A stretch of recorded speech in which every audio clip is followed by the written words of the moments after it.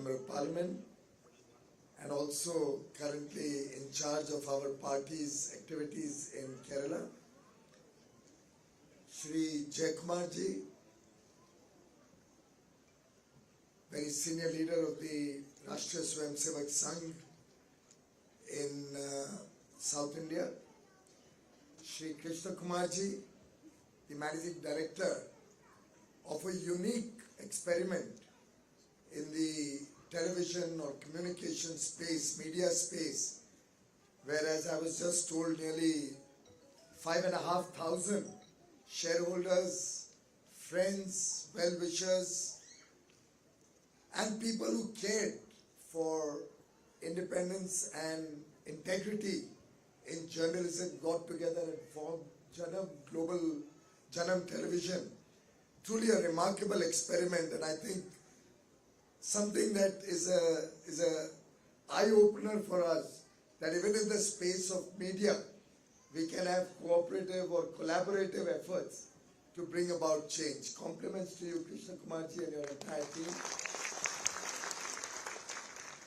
All the distinguished award winners this afternoon who have been recognized for their significant contribution, not only to the making of Kerala or a community, but for nation building. And I must say, I've been to many award functions, and many of them who boast of very big names in the jury, and for days on end we keep reading about jury doing its work, shortlisting. But I have yet to come across a better prize distribution function with more deserving awardees in so many years. Compliments to you and the jury, the team which assessed all the award winners, because it truly reflects the power of New India, the power of tomorrow that we have within all of us here in India. In some sense, I was looking at the uniqueness of the awardees today. They represent a very vast spectrum, whether it's education, and Prakash ji has been Education Minister, one of the architects under the guidance of Honorable Prime Minister Shri Narendra Modi ji of the National Education Policy 2020. There was healthcare, both traditional and modern. There were startups. There were people in construction. And I thought cooperative movement in construction was long dead. I didn't realize it still survives in Kerala. There was distribution of electronic goods. There was food processing. A very wide area. Tourism, agriculture, and agro-tourism. I believe this selection has been so well tuned to what we see as strengthening or building a modern India of tomorrow, an India of the dreams of 140 crore Indians, an India which is working on the vision articulated by Prime Minister Shri Modi when he addressed the nation on 15th August 2022, the Azadi Ka Amrit Kal, where he spoke about India becoming a developed nation by 2047, a prosperous nation where inclusive growth, where sustainability will rule the roost. And I think this set of awardees that we have recognized for their seminal contribution to India and to the nation and to the people of India truly represent a microcosm of that vast pool of opportunity that India offers. My heartiest congratulations to each one of the awardees. I believe they deserve a standing ovation.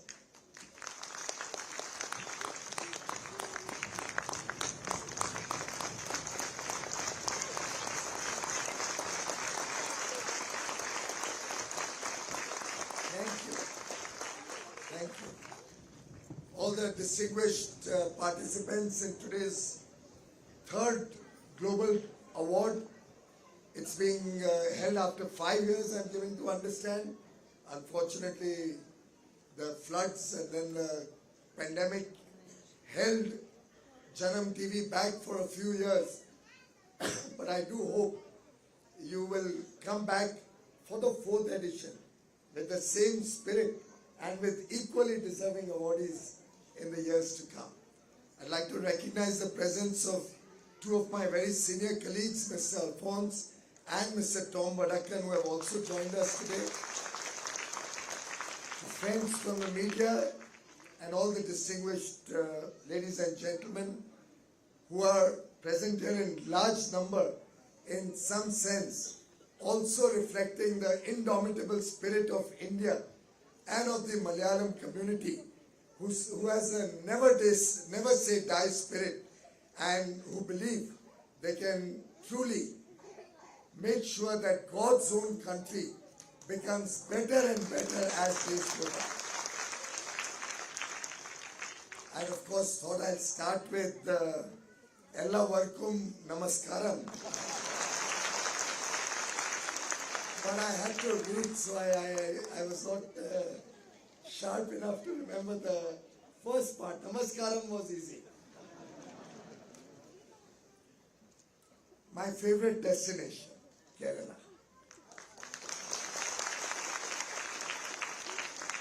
Never lose an opportunity to go there, to the beaches, to the backwaters, to the wonderful offerings, the beautiful weather, and of course my favorite season is the monsoon, whatever anybody else may like or not like.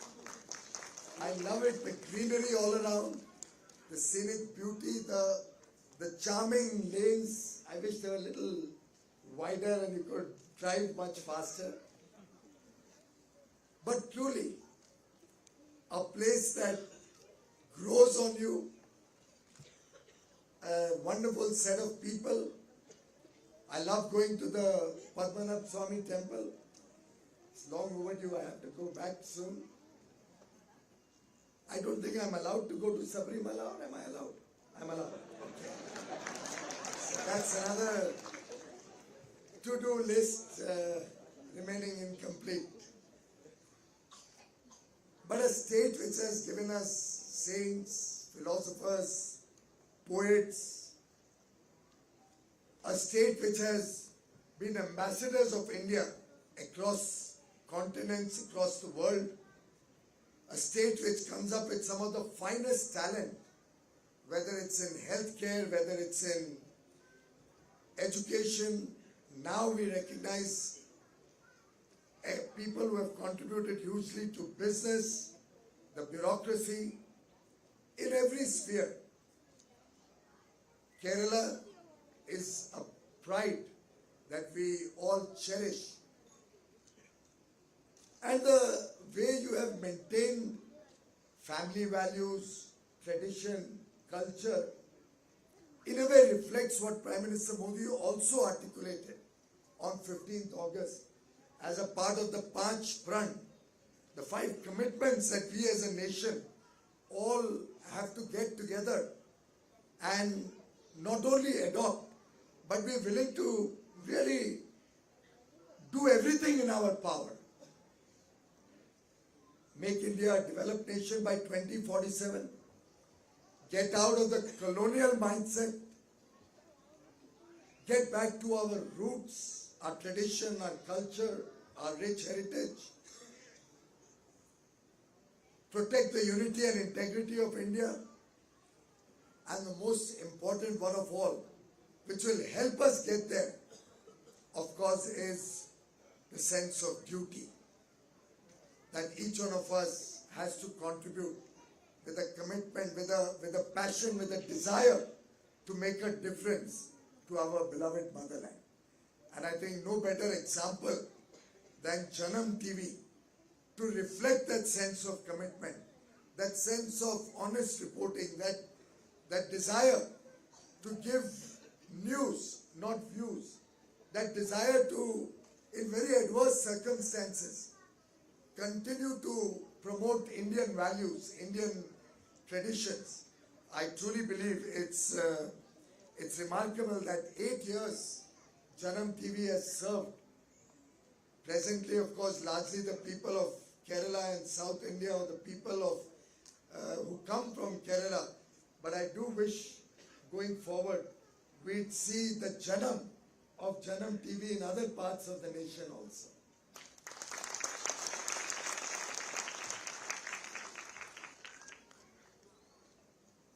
Amongst the award winners today, we saw new ideas which really give us a lot of food for thought. In a way, all my areas of duty that I am currently holding were covered in the award winners. I don't know whether you decided the award winners first or you decided to call me first. But there seems to be a connect. There was Textiles, I think the second last or the last award winner was from the textile sector. There was a startup which comes under the industry ministry. There was tourism, which is not directly under me, but the income we earn from tourism, from foreign exchange reserves, helps us to boost our service sector exports. And thanks to the huge contribution of both goods and services and the work that all of you have done, I'm happy to share with you that from $500 billion of export of goods and services, which India had achieved in the year 2021, $500 billion, that translated to about 37 lakh crore rupees. We grew last year, year ending 31st March 22, to $676 billion. It's a massive jump, grew to about 50 lakh crore rupees. But then we had COVID, which was already rearing its head, creating trouble in different parts of the world. We had the war, the conflict in Ukraine, which has literally brought almost all the developed world on their knees, with depression, recession, high inflation, high interest rates.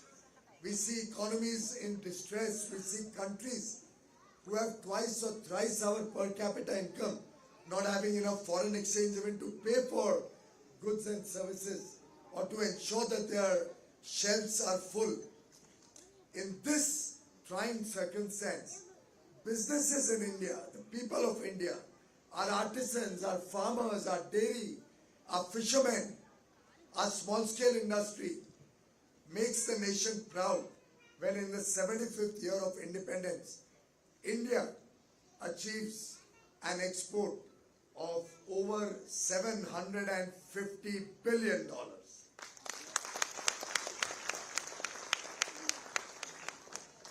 Imagine when the world is facing so many difficulties, you in India are making India truly the bright spot in the world. The Prime Minister Shri Narendra Modi today is the most, as the Italian Prime Minister said, the most loved leader in the whole entire world. His popularity in India, of course, is legendary. I think no Indian Prime Minister ever has had 9 years of this level of popularity, continuous and growing.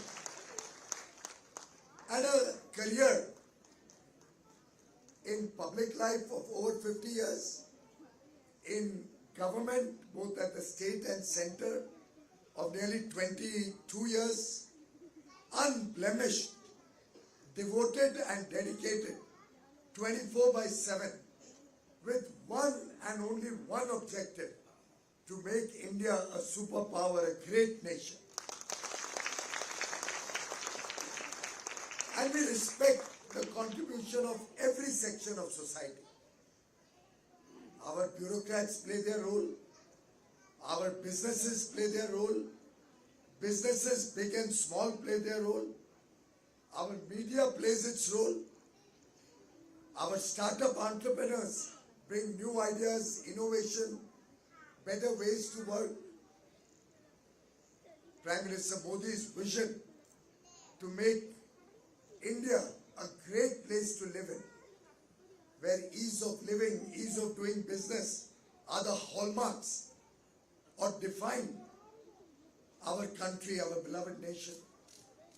His vision to take prosperity to the last mile man at the bottom of the pyramid is something that drives all of us in our work. After all, we had two young lady entrepreneurs today. I would like to ask of, and I see a lot of my sisters and children of my daughter's age here. Imagine 67 years after independence, until 2014, governments came, governments went.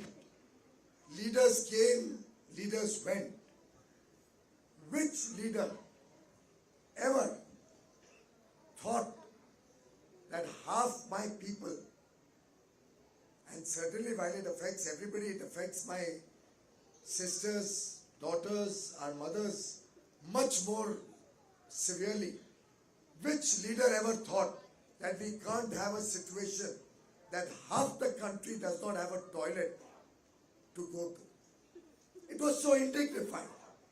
Hindi movies would have songs around this thing, but nobody ever thought of addressing the challenge. Prime Minister Modi took it upon himself, and when on 15th August 2014, he announced the Swachh Bharat mission. I remember political leaders from across the aisle on the other side making small talk of fun of this announcement. I would hear political leaders say, Prime Ministers don't talk about Swachhata or cleanliness from the ramparts of the Red Fort. I think every person here will recognize and realize that building 11 crore toilets and making sure that every home in this country has a toilet for our children, for our family members, in my humble opinion, was the defining moment for India, where the world recognized this is not the old India, this is now a new India that is emerging. Who had ever imagined that somebody would care for our women who'd taken 400 cigarettes equivalent of smoke every single day, cooking on the old traditional chulas for years and years. I went to my grandmother's house in my childhood every single summer and would see her at the chula through the day, right from the morning tea to breakfast to lunch, the whole day, and the other women chipping in. Really 11 crore or 12 crore families getting a free gas connection transformed their lives. That's ease of living. Over the years, nearly 3.5 crore poor people, people of lesser means, who could not afford a pakka house, full proper home.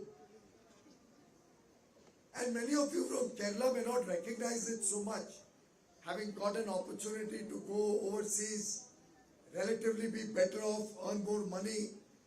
I see the housing in Kerala is far more developed thanks to a lot of migration. But I also compliment our award winner who's shown us reverse migration and really deserved the award today. But it's really a very sad state of affairs when you don't have a proper home to live in. Years upon years, people would announce everybody will have a home. I don't know if any of you have seen the movie Roti, Kapda or Makan. For decades, families for years altogether and generations would only struggle for the basic needs of life: food, clothing and shelter. But nobody ever looked at resolving these problems. Whether it was providing 3.5 crore poor families with their own home, whether it is the effort to provide every single home in this country. And there were crores of children who who could not get value education because they didn't have electricity. Every single home under Sabha Yojana getting a free electricity connection and 24-hour electricity reaching a nook and corner of the country. The remotest jungles and Naxalite affected areas or at the top of a mountain.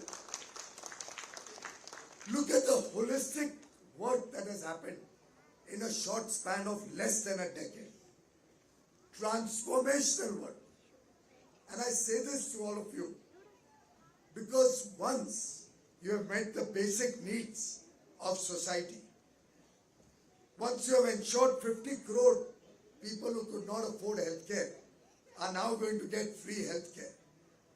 Once you have ensured that unlike the Spanish flu 100 years ago, when more people died of hunger than of the pandemic itself, not a single starvation death happened in a country like India, a large country during COVID, because Prime Minister Modi, himself coming from a very humble background, recognized that it's important we ensure availability of adequate food grain and doubled the eligibility of the poor. 80 crore people getting an additional 5 kilos over and above the 5 kilos they were already getting per person for 28 months at a cost of nearly 4 lakh crores free of charge, shows the sensitivity that Prime Minister Modi has to every single person in this country.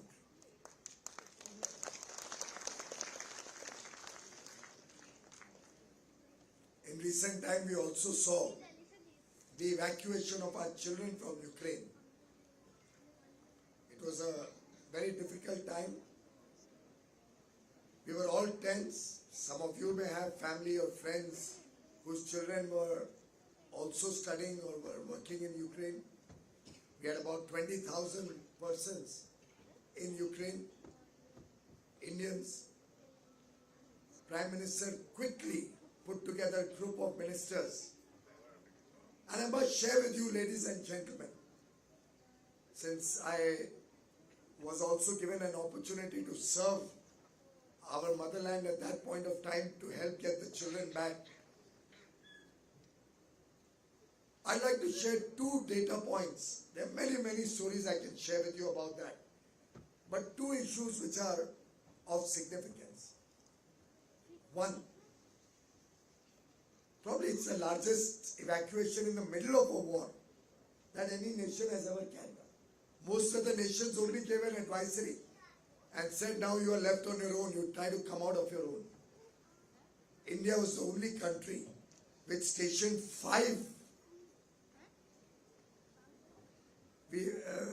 4 ministers covering 5 countries bordering Ukraine, and had the entire Indian government machinery in India, including our members of parliament, all our ministers acting day and night, working day and night to help in that evacuation effort. But you know what is the first thing the Prime Minister said in the first meeting when the evacuation effort was launched? I want every single child, every single person back, unscathed, unharmed, safe and sound. That was his first instruction. And not a single child, not a single Indian we lost or got hurt in the evacuation effort. Certainly one person who lost his life, but he had just gone out, I think, to buy some bread or something. He was not even trying to leave Ukraine. Not a single person lost his life during the entire evacuation effort. And the second data point I would like to share with you, to recognize, in a way, our business persons who have been given an award today, is the huge contribution of our businesses run by persons of Indian origin in Ukraine and all the neighboring countries, of our businesses who had operations or even an office or any sort of presence over there, Of course, our NGOs, other people also contributed significantly. But everyone who had a business presence in those areas, every one of those companies said, we will do whatever it takes. And there were 24 hours available on the call with the government to help in the evacuation effort. And you know, sometimes people who are locally stationed there or who do business there, they have friends, they have contacts, they have offices, they have residences. They were able to look after the children, they were able to ensure proper clothing, it was very cold, proper food, shelter, all of that. Why I say this is that the contribution of every section of society helps in making India a great nation. And I would urge all of our friends here to continue to respect wealth creation, continue to respect the big ambitions that India has. And now that largely we have been able to ensure that a common citizen, a young boy or girl, has his basic needs taken care of.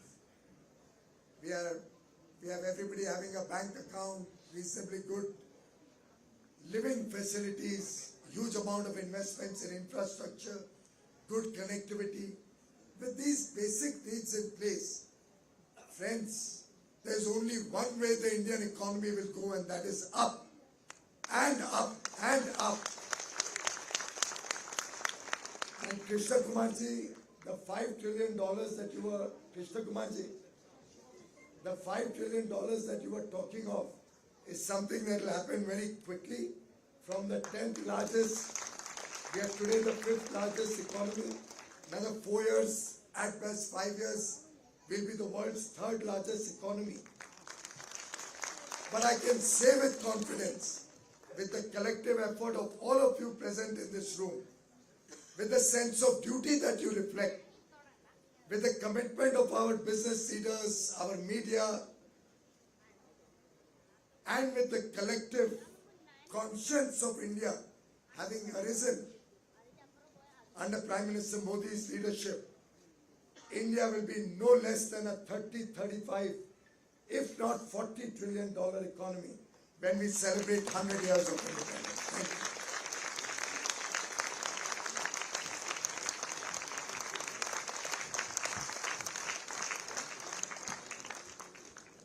Thank you very much, sir, for your thought-provoking speech. I request our MD, Sri U.S. Krishna Kumar, to honor our chief guest, Honorable Union Minister, Sri Piyush Goyal.